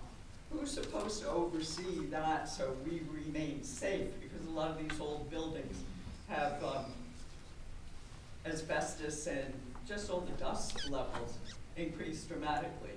So I would hope as permits come for demolition, that somebody will check in on them and, keep the residents safe. I think that happens. Yes, and the part of the demolition permit package is they have to provide how they're going to have water on site, whether it's through the town or bringing in a water truck. I believe most usually bring in their own water. Who's checking up on that? They have to include a letter with their construction permit that says how they're doing it, and then typically, if we find out they're not using it, that would go through the construction department for a violation. Okay, my last comment, is there any way we could create a website to report concerns or issues that need to be resolved. Because calling or sending emails doesn't seem to be effective to getting work done around town. I think you can do that through the SDL portal. Isn't there access through most SDLs? There is, we don't have it turned on at this time. Okay, I know, I mean, I'm going back like 10 years. How long ago was the community policing program where we had like a Google form? You were part of that with me, right? Yep. Chief, I know that was maybe 5 years ago, or 6 years ago. So it's in the website, I searched for something today. I didn't see, you can't do like an online submission for maybe a question or a complaint, I used the word complaint, possibly on a construction project, or would it be they have to make a phone call? The program has the ability to do it, we just need to turn it on and decide what options we want to provide for people to use. But currently, we don't have an online submission for complaints, right? Correct, just the email. Okay, so. I would suggest we turn that on if we could, to get that, because there's a lot going on in town. Is that going to cover all complaints, or just construction-related complaints? No, we can put whatever options we want. Similar to, we used to have it under the old program that we had, it was called Report of Concern, and we had options like shade tree, police, Right. code enforcement, DPW, things like that, so we can work on that. Is that something we need to go to SDL for? No, Or is that part of the package that we already have? it's all included. Okay, so then you'll see it turned on. Okay, We'll let that's you know when great. that happens. My last comment is, as construction starts, could you keep us posted on what streets will be closed? Because there'll be a lot of materials coming and going, and even like with doing houses, sometimes it's difficult to get through, or they have heavy equipment blocking the road. So just, I think, if we could avoid getting stuck waiting to get through, it would be a real benefit to the residents. I don't know how we would do that. How would we? That would have to be through a Nixle alert. I mean, we only would know if they are asking for some kind of a police assistance, correct? I mean, And any road closure requires police assistance and a form, an application for road closure. And that, you have to hire an off-duty cop for traffic and all that stuff. Every day. Was that, yeah. I was just about to say, if we did that for every road closure and construction project, you would get 3 a day. I don't know about every day, Chief, it would be 3 a day. But you know, as a contractor, you do have to go through the process to submit for a lane closure or a whole road closure. So that would be a tough one for us to send out alerts. Maybe we can choose it for if it's on your road or something like that. But we also make the contractor do it, leave letters. I In think that's a mailboxes great and stuff. idea for us Like a to be requirement of informed that. on when they're gonna start. Nixle does allow for targeting in neighborhoods, so, the problem with leaving the letters, and that's good, is that they can, like, for instance, when the water main was being done outside of my house, we had. It's all about you. Sometimes. We had paper dropped off on day 1 as it was going on, and nothing for the next 4 days. And every day I said, "Are you gonna be back here tomorrow?" We got a squishy answer. So, plus text messaging tends to have a very high open rate, so there's that. All right. Good suggestions. Thank you. We'll look into a few. Thank you. Good evening. My name is Sylvia Wolf. My husband just spoke. I live on River Road in Belmar. And yes, we came about our road. It is neglected, it is dangerous, it is dirty, and environmentally it's not sound because that garbage is constantly flowing. And my husband and I and our neighbors on that road constantly clean up and to no avail because it all comes back. Then we have, once and twice a year, somebody comes and we wax all the garbage and then it flows back into the river and then I have to complain and you know what?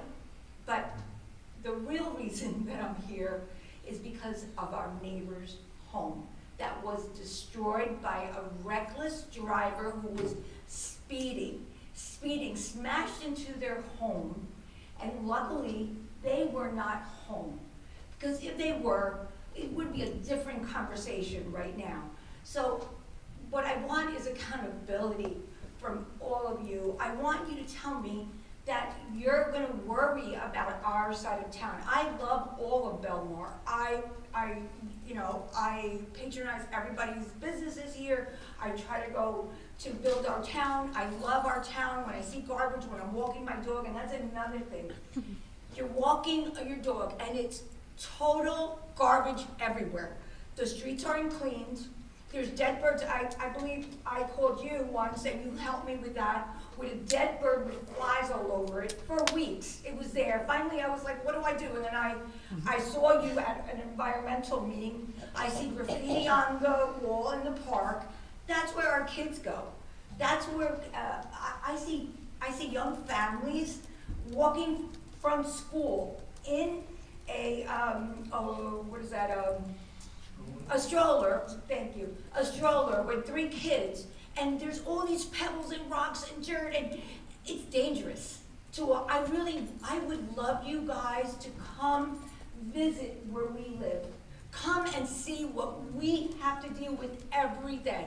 I called the police department recently because of all those motorcycles that were swarming, and I have pictures to show you around me. It was so scary. I was planting in the front of my house. I saw them going north. I called. I said, they're all over, and they're young kids that I worry about because they're young. And God forbid something happens to them. And then when I went to go see my friend at the nursing home, all of a sudden they were engulfing me, surrounding me. I called the police department. There's nothing we can do. What are we going to do? We go after them, you know, it's going to be a bigger problem. Well, how about when they went that way, someone follow them and say, okay, you know, we got all your license plates, you're gonna get a ticket in the mail. How's that? Something. But I'm sorry, I'm just rambling on. What I really want is this. I want a 1 lane, like every other state road in anywhere has 1 lane. We have 3 that merge into 1. People cutting each other off, telling each other off. You're walking with your dog and you're feeling like, whoa, I'm gonna get clipped. And especially that a friend is dealing with so much, and we could have had someone monitoring the speed. We could have had 1 lane, which we deserve. We are a residential area. Yes, we are on 35, but we're River Road. And can you tell me if anything can be done about that? Is there anybody going to help me with this? I'm sorry. We feel your pain because we're as frustrated as you are, because that, again, and I'm not saying it as an excuse, but that is a state road. So but you're our advocates. We can advocate yes. for you, which well, we will do. how? But you should advocate also. I should write to your. I've written. You should write to your assemblyman. I have. Your state senator, the Department of Transportation, because all of those are the people who are the decision makers. You know, we put in for a correction on Main Street and 8th Avenue to have the light and that whole crosswalk done. I did that, I think, the first 6 months I was here. And, you know, it took them like a year to get back to me, and they said, yeah, that'll be done in 2027. Hey, So, listen, you know, as long as they tell me a year, I'm happy, Mayor. But they're not I going don't to be care. able to. You guys have to advocate. We're part of your town. We're We not will advocate the for you, stepchild, but it's but as no one frustrating. has. It's as frustrating for us. Okay, but what have you done is the question. What have you done for River Road? That's what I want to know. It is not much that we can do because it's a state road. We Well, can't- can thank you so much for coming. I think what you do here is, I think what you do here is amazing, and you are one of the reasons that I know the Environmental Commission put River Road and McCleary Park on the agenda for next year. There was actually a cleanup there just this past weekend. That was hosted by the Shark River Cleanup Coalition. I know you have my phone number and we've talked, but let's continue to do that. Let's put getting a sign there directly on the agenda. The mayor said that it's a state road, but there are things we can do in the immediate. There is low-hanging fruit there, and we will get that for you. Okay. So let's keep talking, we'll make a list, okay? Okay, I just, one more question. Did anybody see the email that I sent last week? Because I detailed everything in the email. I sent it and April actually responded to me and said to me, I will forward it to everyone. And I think I forwarded it to the DOJ. I'm gonna do more on my end. And by the way, the only reason this year I didn't participate in the cleanup is because last year I went by River Road picking up the junk and someone told me, sorry, you can't be there. You can't go there. And the other good thing that you should know is that the That's grant something that I else. was talking about that was done in coordination with Wall and Entune and everything, my unabashed hope is that we can use that for part of that at least for bulkheads and restoration Right. there. Because yes, you and I talked about it as well. Right. Yeah. But come on down, it's beautiful. You see the sunset, it's gorgeous, and then you see all the garbage. It's perfect. There's swans in that river. It's absolutely incredible. So really, please come and just I will email a follow-up and just let me know what you can do to help us. Because we are, I think, a team. And you're the head of our team. So we need you. Okay? Thank you. And I really thank you both for always helping. But everybody really has to help. I've been wanting a sign on that entrance to Belmar for a long time. That median, is that state-owned median? Does anyone know, Chief, do you know? I've been wanting a sign. Yeah, it is. Yeah, we've talked about that. It's state, so we can't put anything there? No, we had a sign there, quite a few years back, and there was a, car accident, and they hit the sign. But if we have a beautiful Belmar with Wouldn't it be nice to swings use and, the- I would even plant around it. I would be, I've been wanting a sign there for, I talked to Maria Rondeau about that. Remember Maria, we were talking about that? Wouldn't it be nice to have maybe the Belmar Art Council get involved with making the sign? Oh my Where's goodness, Mr. yes. Shepherd, you leave? All right, thank you. I'm sorry. I don't. We appreciate your concerns and we heard them. Thank you. I have a quick question about the speeding there. I don't know what it would take. I mean, can we get one of the signs that show what Yes. the speed coming into town is? I I don't know how that works. I don't even know whose responsibility it would be, but I would have to go, it would have to go through the state. I And I understand can that. tell you, Yeah. for the one on 16th Avenue, Mhm. that took me almost 6 months to get that there. I And mean, I it love can be that done, one. but I don't know what the rules and regulations of signs for state roads are. I think one of the big problems there is people are coming off of 138 and they don't even realize how fast they're going. They're doing 40, 45 and they just keep going that much through town. I mean, I know when I see our those patrols are signs, constantly in Yeah, River Park. I did want to correct, I always see patrols in the McCleary Park. I always see someone sitting there picking up speeders. And as far as the sign on 35, I don't know where you would put it, because it's sidewalks, it's immediately on someone's yard. There's not a lot of right of way there, and it would either interfere with walkers or bikers or someone's property. So that could, I mean, I'd be all for it, I'd love one there. Yes. To top, we'd have to meet, locate the spot for it. Yeah, they did do a study in that area. They were supposed to do a study from 16th Avenue to 71. I don't know, this was prior to me being chief, probably like 2 or 3 years for that. But they did a traffic study, but then they only did from, I think it was from L Street Beach to 71 Light. And I'm like, no, they need to do the entire width. Yeah. Yeah, it's very frustrating working with the state. Can't imagine. Look at 8th Avenue, with the walkway and everything like that. As far as putting a speed sign up there, like the one we have on 16th or around town, I would have to, it would have to be, submitted to the state, and I don't know what their regulations are. Maybe we can look into that. Back to the house being hit, what address was this? Because That's me. So sorry. Where, Seven- when? 1703 River Road. So if you're driving off 138 towards McCleary Park, we're on the right-hand side.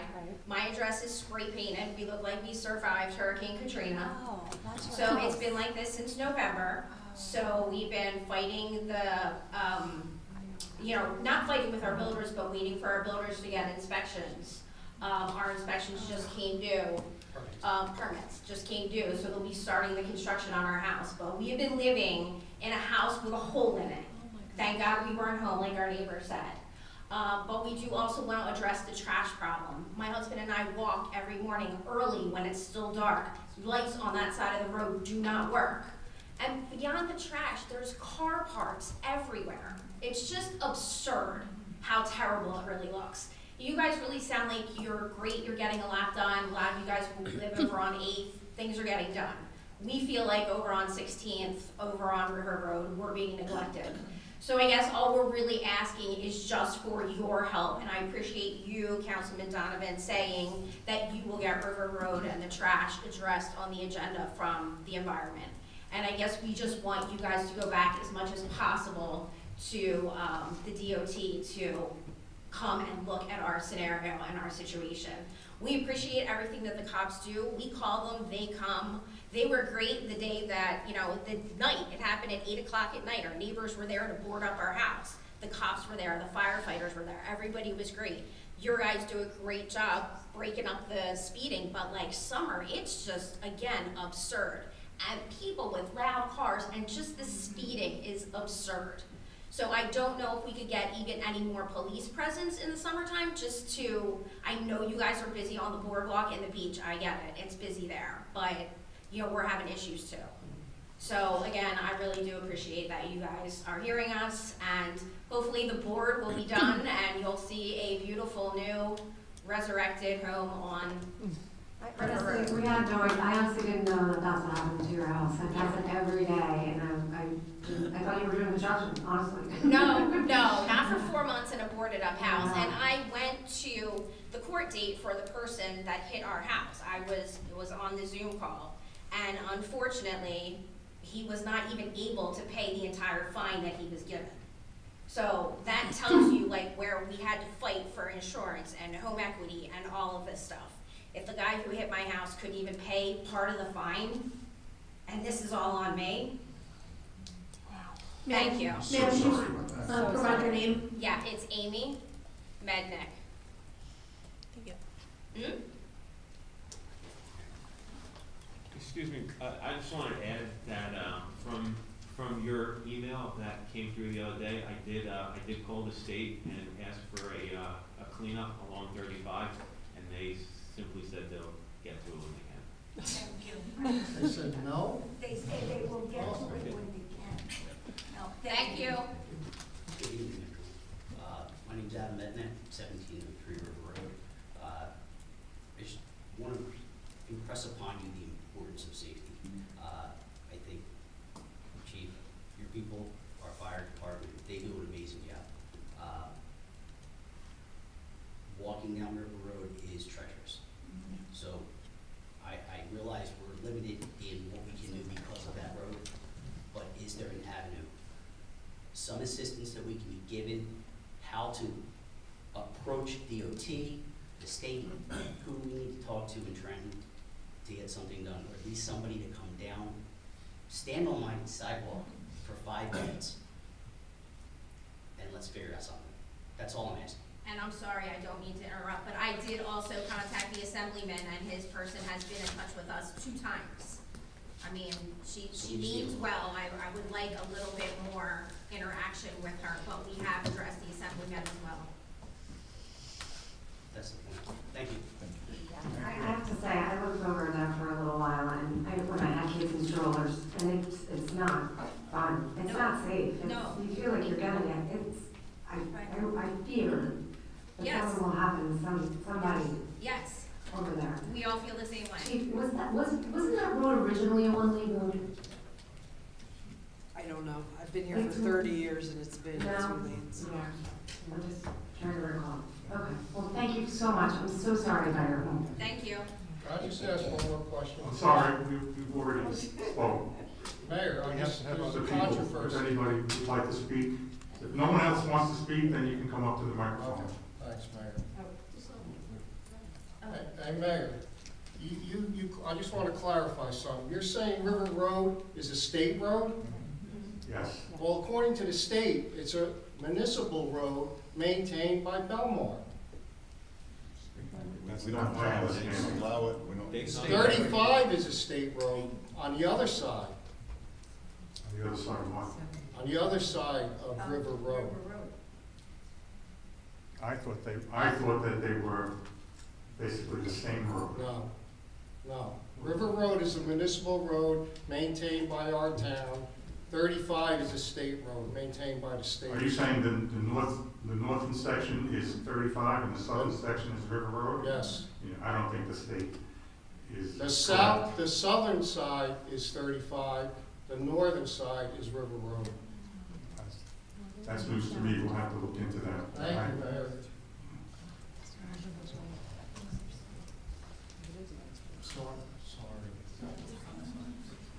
Hi, Maria Ronzanaro, 1246 Pine Tree Way. I just wanted to echo the concerns for River Road and Route 35 by the Rhode Island Point area. As you know, I've spoken about this a lot, that it is a dangerous walkway. My husband and I did clean up, and my daughter cleaned up around L Street and also on River Road this weekend. And I can tell you, we should have sold them. We had hubcaps, we had car parts that were heavy metal, and tires, things that could be really dangerous at the speeds that the cars are going, hitting someone who's walking. So, please, if there is anything that can still be done, I echo those concerns. I know that it's a challenge because it is a state road. And then I just wanted to give a shout out for the Belmar Library. They host the Living History this Saturday at 12 p.m. at the Taylor Pavilion for our American jazz poet Langston Hughes. And then the Poetry Jam Night is April 30th at 6 p.m. And I wanted to also add to your calendar, May 7th at 5 p.m. on the library lawn. We'll be celebrating America's, I'm going to say 250 birthday, I don't need to say anymore. We're going to have a great party with the Ocean Avenue Stompers Band, ice cream, face painting, balloons.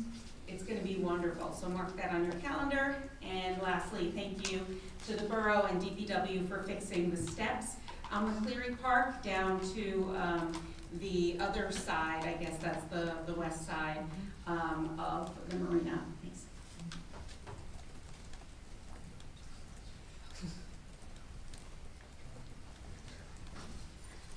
Sarah Hayner, 18th and Big. I happen to have a water bill in my hand.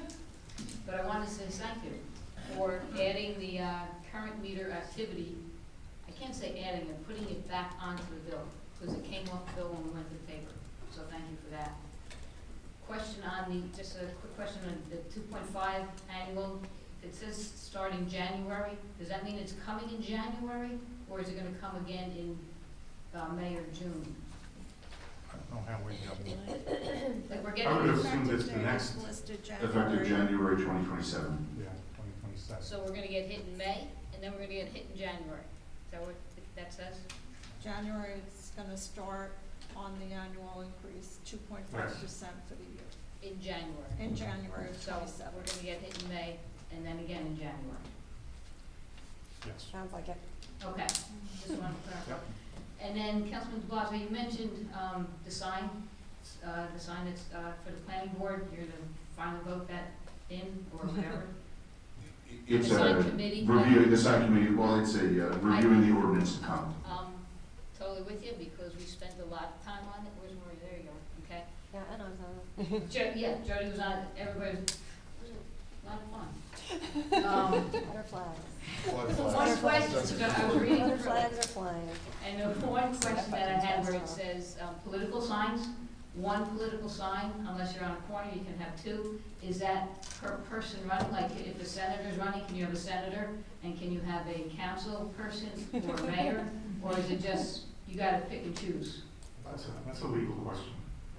The ordinance says one sign. Well, I think it should be per. I would take that as per person running. You're asking me Well, and that's review. what we. Well, then you'd be able to, then you'd be able to have as many. Per race, in other words, is You it? could have 20 signs up then if it was per person. Well, we never You have can't really You're not gonna get 20 people on one side. Let's get into this, let's have a sign I think it conversation. should be brought up in the planning board, and I would love for you to attend. Well, I think Because we the should ban all plan- political signs. I would love for you to attend the planning board as someone that was involved in this, and I was on the design committee for a few years, and let's hash that out and make sure we clarify that properly with our planning attorney at the time. Okay, I thought we had clarified. We can't say. Let's let one person talk at a time so we can capture all this words of wisdom on tape. I don't have the ordinance in front of me, but I don't think it would be appropriate to require that somebody choose which race they're going to support a candidate in. So you probably have to look at that ordinance and rework it, because if that's the way it reads, you can have just one, and there are a lot of people running in different things. That's not something I would want to take the argument that supporting it. So I think we just have, it's 45 days that the signs have to be out. You know, it's not like a whole year. So It does read that, and I spent a lot of time sitting in those meetings, and I thought we had clarified that it could be per candidate. It should be. per race. Per race, yes, per race. I would agree, that's how I it would should agree read, too. so I would, I'll clarify that, I'll be sure to bring that up in the I would planning agree board. with that too. Thank you. That's it. Problem solved. any other comments? Oh, no. Gene Kramer, Fourth Avenue. I don't think I need that. Gene Kramer, Fourth Avenue. Back on the water, perhaps somebody in town can check this, but Belmar is the only town that I'm aware of that offers a reduced rate for irrigation purposes. Does any other municipality do that? Yes. Yes, Oh, yes. yes. Which town? Everywhere I've ever heard. Every town, Marlboro did it for the 27 years I lived there.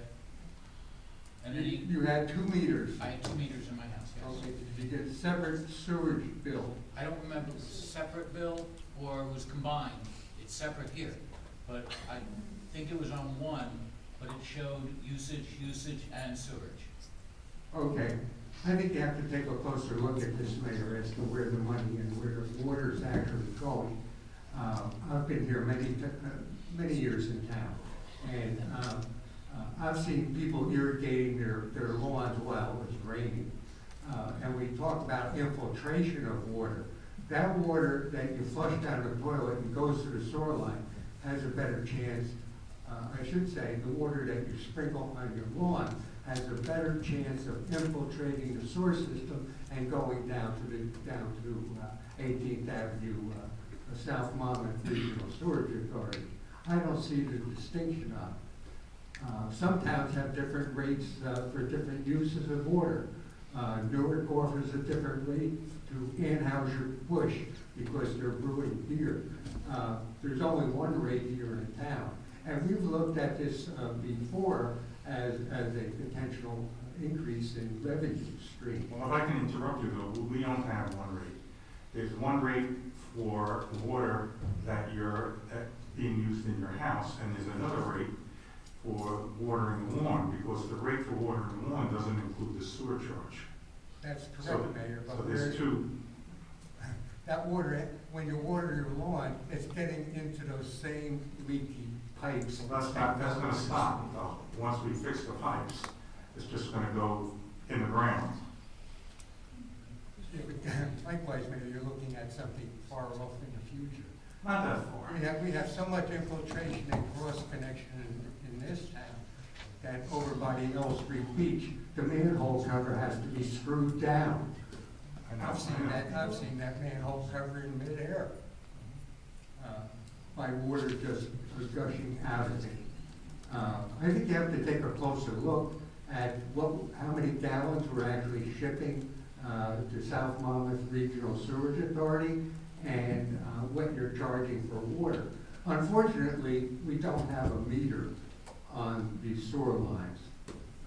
Otherwise, we're kind of shooting, speculating, saying that, people that water their lawns with the water should pay less. There's no justification. We'll take a look at it, that's all I can say. I can say one thing for sure, except for showers, Most of my water use in my house is consumptive. We boil eggs every morning, we make spaghetti, it goes up in vapor. Okay, Thank you. any other comments? Can I have a motion to close the public session and adjourn the meeting? Make the motion. Second. All in favor? Aye.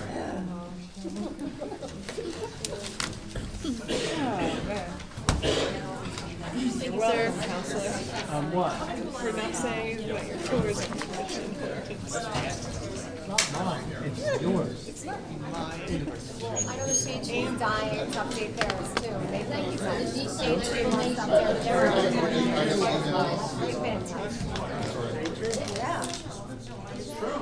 Sound like you don't. I know they reached out. So you can go with them too? What? Just like Cody? Just like Cody? Shade Tree has a list of, they're like Arya Star. Yeah, they have an ordinance that they've been trying to update. It's done. It's done.